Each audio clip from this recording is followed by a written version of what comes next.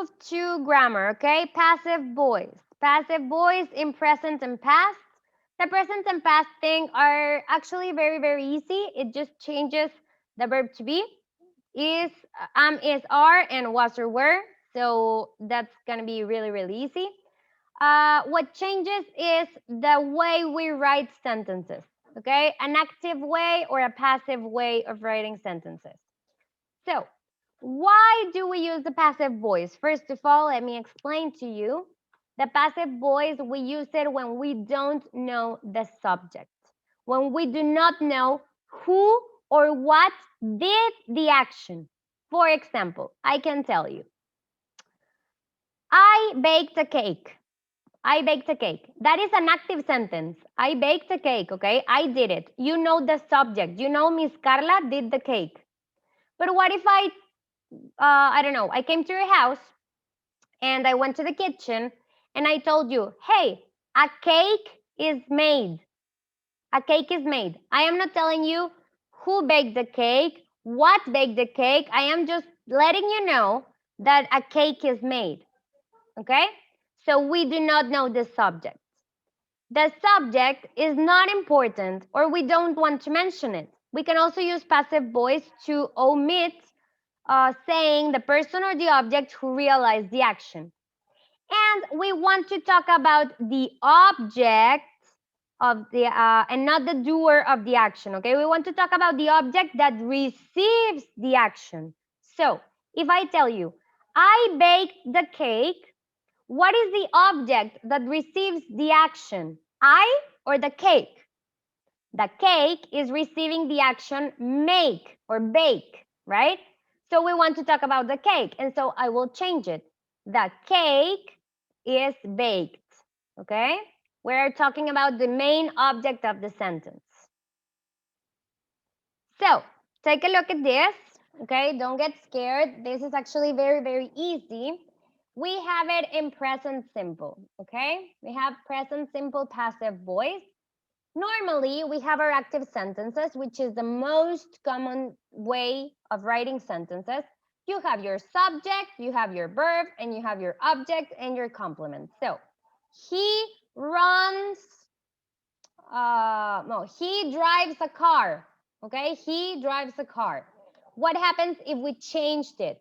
The car is driven, okay? So, on a passive voice sentence, the object goes first. The object that is receiving the action goes first.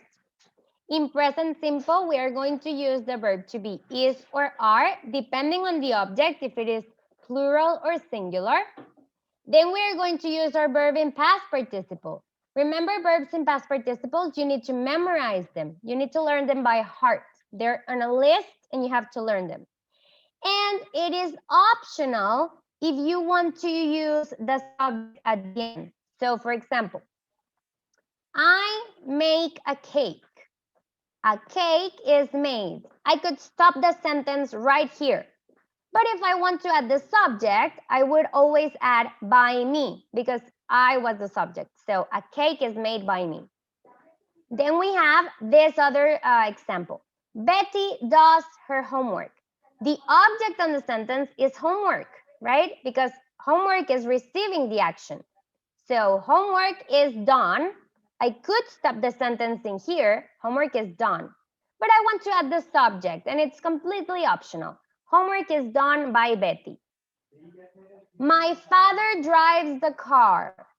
The car is driven, drive in past participle is driven by my father. Or I could always say the car is driven and stop there. My mother gives me money. We're talking about money is our object and the object receiving the action is money. So money is given to me by my mother. I wanted to add the subject. So remember also that you can use are. For example, let me add an example here where we use add. I or she washed the dishes. She washed the dishes. Who is receiving the action? What is the object? The dishes. And the dishes are in plural. So the dishes, I cannot use is because the dishes are plural. So I use are. The dishes are washed. And I can leave the sentence there. The dishes are washed. Or you can add by her because she was the one who washed the dishes. Okay? Everything good up until now?